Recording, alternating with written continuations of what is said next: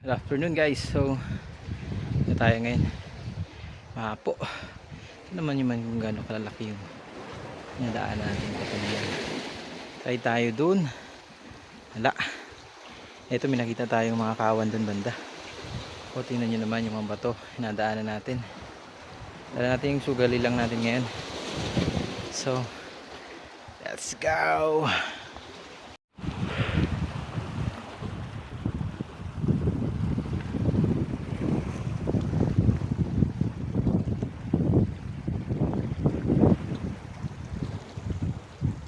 Guys,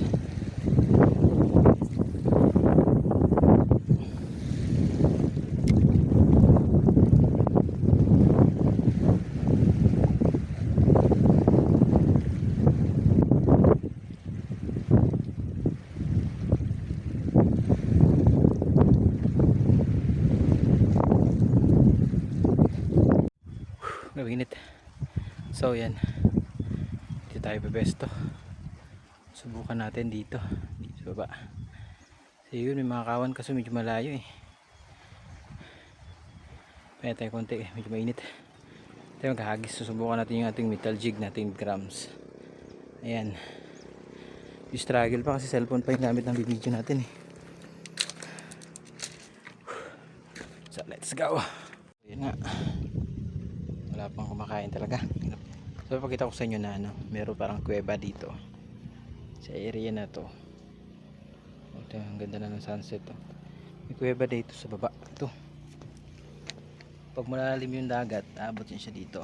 Pinapasok yun ng tubig. Yan, so kita nyo kung gaano kalalim yan. Delikado lang. Yan. Tapos yan, tagos yan doon dagat. So medyo nakatakot ang tumawid.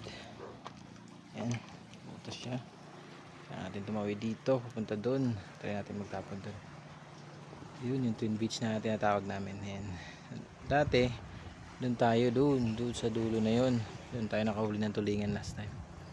Baka next week doon tayo ulit guys. Sunset na, wala pa tayong huli. Thank you. Yan, bundok. Kita nyo guys, ganda ng tanawin. Yun, taas. Bakit tayo dito, medyo mataas nga tayo kanina sa baba. Ayan, yun, yun yung bayan, yun yung El Nido Town doon sa dulo na yan. Yun. So doon tayo kanina sa baba, wala na kumakain talaga, siguro na ng isda ngayon. Diyan na naman sa una nun, mga namumusit yan. Mamayang gabi papailaw yan, makikita mo puro ilaw yan mamaya dyan.